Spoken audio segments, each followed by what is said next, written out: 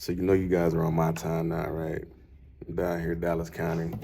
Told y'all my boy's gonna be down here with me. Just found out some information that we can actually get ourselves, but I'm gonna hand it over to Colin real quick and let him answer some basic questions that I guess that you guys had, and then so we can see how we can proceed.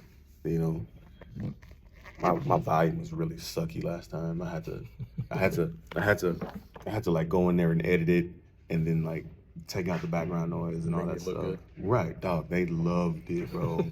I posted on my YouTube channel. Sweet. All right. Yeah. I posted on my YouTube channel. So your But questions about retainers. yeah, that's what I want to talk about. Like, so Wait. they want to know how that works. So anything that I'm doing like this is done on an hourly basis. You're paying for my time for the hours that I work on it. The retainer essentially is like an advance payment for a certain number of hours to be worked. As I work, I earn that money and I take it out, and that retainer, okay, when I take that retainer from you, it goes in our trust account. That trust account is client money. It's not our money. It's client money. We hold it in trust for our clients. As we do the work, we earn the money that covers those hours, and we move them from the trust account into our operating account. Okay, but we still hold whatever we haven't used in the trust account. So if say I do a job that I have a $3,000 retainer, but I do $1,500 worth of work, and I have to return the other $1,500. I'll tell you though that rarely happens, mainly because I know mostly what the work's going to entail and how much it's going to cost. It's pretty much why you price people the way you price them. I tell you, look, it's going to cost. I try to keep it around the retainer if I can, but I don't know what I'm going to find on the other side of that. So, you know, if there's a big fight amongst family members or whatever, trying to clear up where this property is going, that could be more. That most likely will be more expensive because that'll include court time and Right. all that kind of fun stuff. I mean, what it'll cover at this point is just me getting started going through and tracing the property and through the grantor grantee index, which is online now. Thankfully, I don't have to travel to Bonham to go do Yeah, it. I was wondering about that. And y'all can do some of it too if you want to get started on it and try to save money on it. Need to be able to trace where that property's gone, and then trace any probate cases that were filed in the county, because you can do that online too now, and see between grandma passing away and anybody else, where those interests in the property got transferred or where they were supposed to go. Because you can't always tell, because people don't always file probate actions like they're supposed to. Sometimes they just don't, and kids and grandkids just take over the property and nobody looks at the details. Right. But you'll have to get it straightened out, wherever these people are that now think they've purchased the property. You're going to have to do something to show them you don't actually own this. They're not just going to walk away from it because they paid.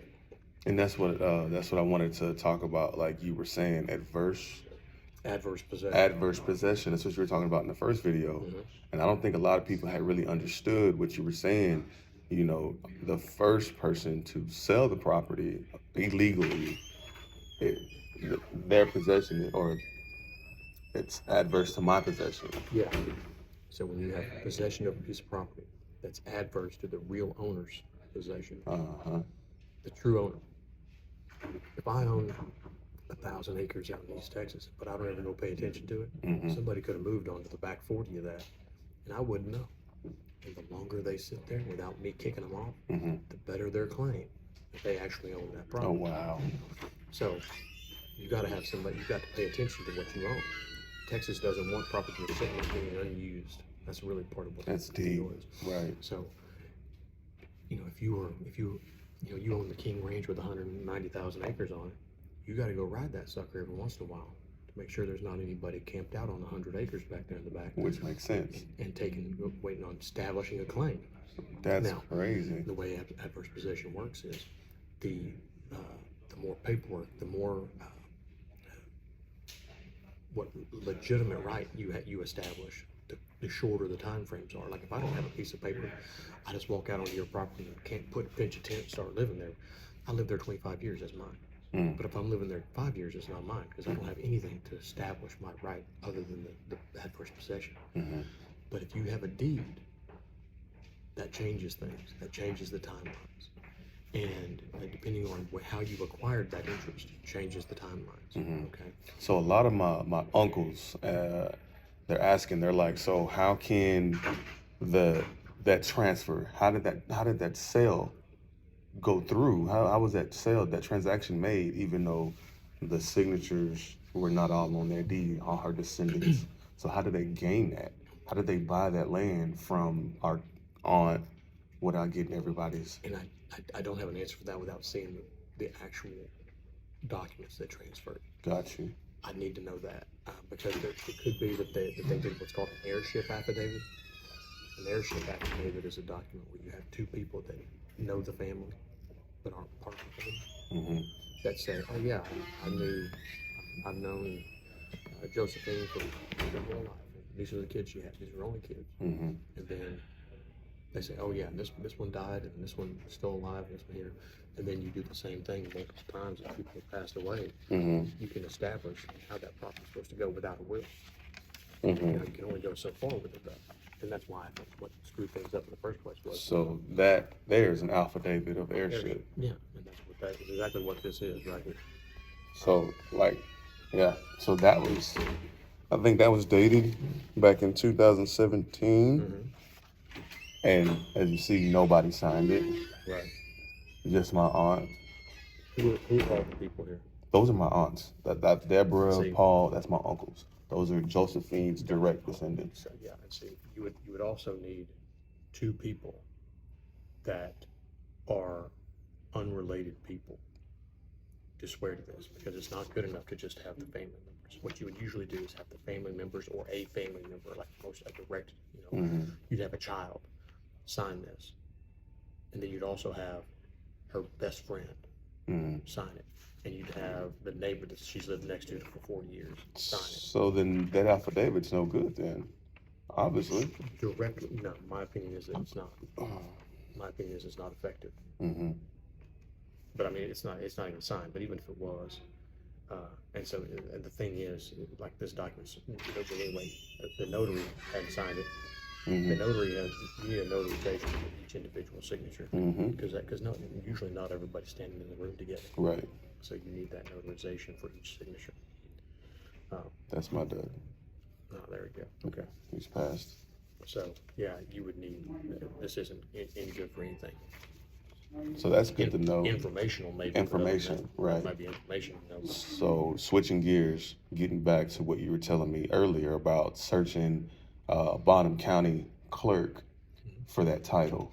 Yeah, we can do the search now online for Bonham County's website, and it allows you to search by names and lets you search by address. Even though, like I told you, you can't trust the address because a lot of these documents don't have just an address in them.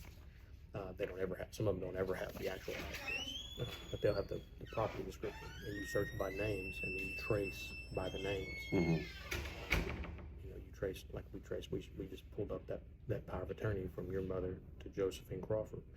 Then I would do a search under Josephine Crawford's name within a time range to show when that property was transferred or how it was transferred, and actually pull up the deeds from that date range from Josephine Crawford as an agent for Jacqueline Crawford as an agent for Josephine Thomas, and where she transferred that property. And then you could trace from those people where it went from there. So that's where I guess that's our starting point.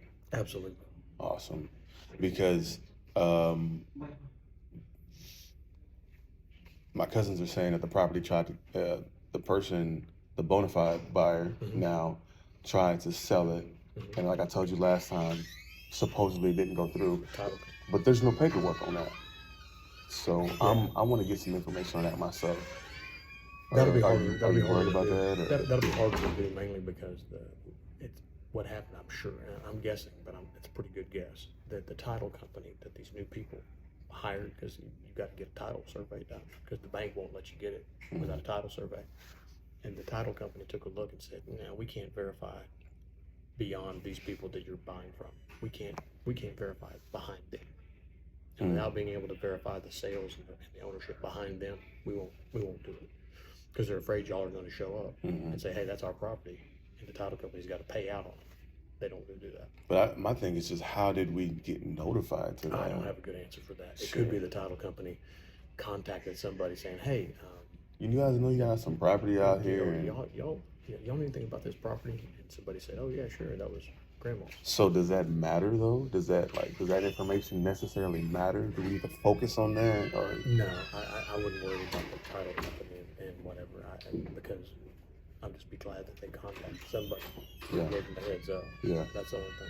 Okay, so Josephine, that's my grandmother, and then you've got the Niblets, and then you've got another family. So the property, as I told you, was a total of 75 acres.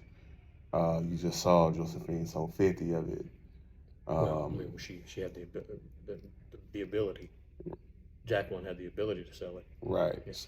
So now supposedly it's only like 21, but there's 3. Y'all forgive me if I'm off, but 3 different families, because it was Josephine and her sisters. So then we're the descendants of Josephine, then of course her sister's descendants, and so forth. So the cousins, the grandbabies of those descendants are the ones that are coming to you, trying to pursue the land and keep the land in the family. Right. So ultimately, that's what we're trying to do. We're trying to claim our right to it, take it back, obviously get it surveyed, get it divided up, and then going on about our business. Sure. So that's the goal. Yeah, and like I said, the county property records, you search what's called, it used to be, there's actually a book that was called the Grantor Grantee Index. And essentially it was like the grantor gave to the grantee. So you search that name, then you go back to that name and go to the grantor side and search for that second name. And then that they would have sold it to somebody else as the grantee. Take that name, go back to the grantor side, and you kind of go back and forth between the indexes looking. These days it's a lot simpler. You just do it by the name that one time, and then now we got Jacqueline Crawford as a name, and now I'm going to go look at Jacqueline Crawford's name and see when she sold anything, and that will give me the person she sold to or transferred to, and I can take that person, search by their name. Oh, wow. So that's why you're saying it's like a puzzle. It is. It's a puzzle. A huge puzzle. Yeah. Okay. All right.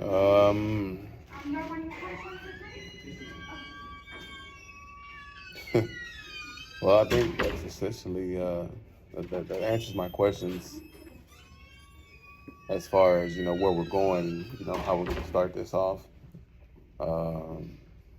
Okay, cool, man. I got some more questions. I'll definitely ask, and they'll let me know. And I look pretty good in this camera, though. My boy calling y'all. Yeah.